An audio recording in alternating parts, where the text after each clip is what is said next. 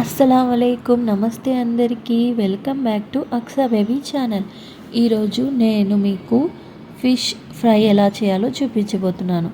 Fish fry ఒక్కొక్కరు ఒక్కొక్కలా చేస్తారు. నేను ఎలా చేస్తానో నేను మీకు చూపిస్తున్నాను. అందరూ తప్పకుండా ట్రై చేయండి. సో ఫస్ట్ అయితే ఒక గిన్నెలోకి నేను ఒక 1.5 స్పూన్ అల్లం వెల్లుల్లి పేస్ట్, సో కారం వచ్చేసి 3 స్పూన్స్, కారం కొంచెం ఎక్కువగానే పడుతుంది. ఒక హాఫ్ స్పూన్ పసుపు, half spoon garam masala, so salt వచ్చేసి మీకు టేస్ట్కి సరిపడా సాల్ట్. నేనైతే ఒక స్పూన్ సాల్ట్, ఒక నిమ్మకాయ పూర్తిగా పిండాను. నిమ్మకాయ మొత్తం ఒకటి వేసేసి బాగా కలుపుకోవాలి. ఉప్పు కారం మొత్తం బాగా కలిసేటట్టు బాగా కలిపేసి మసాలా అంతా ఒక 2 మినిట్స్ కలపండి బాగా. సో బాగా కలిపిన తర్వాత ఒక్కొక్క ఫిష్ ముక్క తీసుకొని దీనికి మసాలా అంతా బాగా పట్టించండి.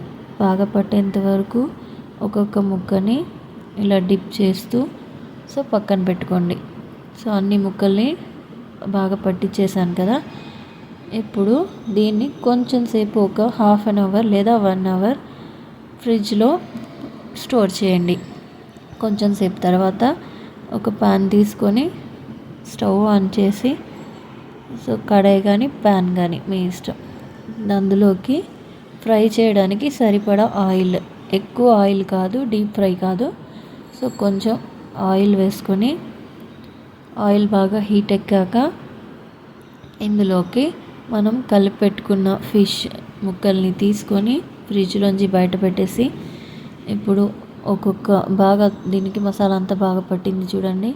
సో ఒక్కొక్క ముక్కని మనము వేడైన నూనెలో వేసి బాగా ఫ్రై చేసుకోవాలి.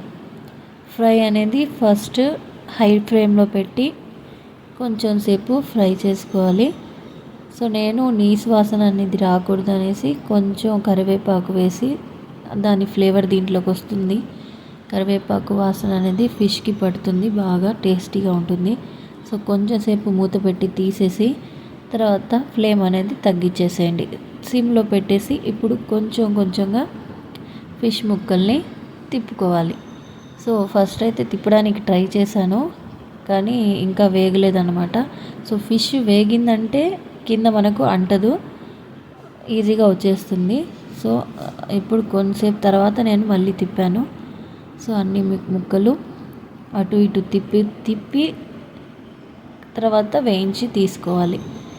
కొంచెంగా, ఎక్కువ విరిగిపోయేటట్టు కూడా తిప్పకూడదు, చూసి నెమ్మదిగా తిప్పేసుకొని బాగా అటు ఇటు బ్రౌన్ కలర్లో, రెడ్ అండ్ బ్రౌన్ కలర్లో వచ్చేంత వరకు వేయించుకోండి. సో వేయించుకున్నాక ఫిష్ ముక్కల్ని ఇంకా ఆయిల్లోంచి తీసేసి ఒక ప్లేట్లోకి సర్వ్ చేసుకోవడమే, అంతే. వేడిగా ఫిష్ ఫ్రై రెడీ. సో ఇందులో నేను గార్నిష్ కోసం ప్లేట్లో ఫిష్, నిమ్మకాయ అండ్ ఆనియన్స్ ముక్కల్ని పెట్టాను. మీకు ఇష్టం ఉంటే ఇది కూడా వేసుకోవచ్చు, లేదంటే స్కిప్ చేసేయండి. సో ఎవరైతే మన ఛానల్ని ఫస్ట్ టైం చూస్తున్నారో వాళ్ళు తప్పకుండా సబ్స్క్రైబ్ అనేది చేయండి, లైక్ చేయండి, షేర్ చేయండి, కామెంట్లో ఏదైనా డౌట్స్ ఉంటే అడగండి. Thank you very much.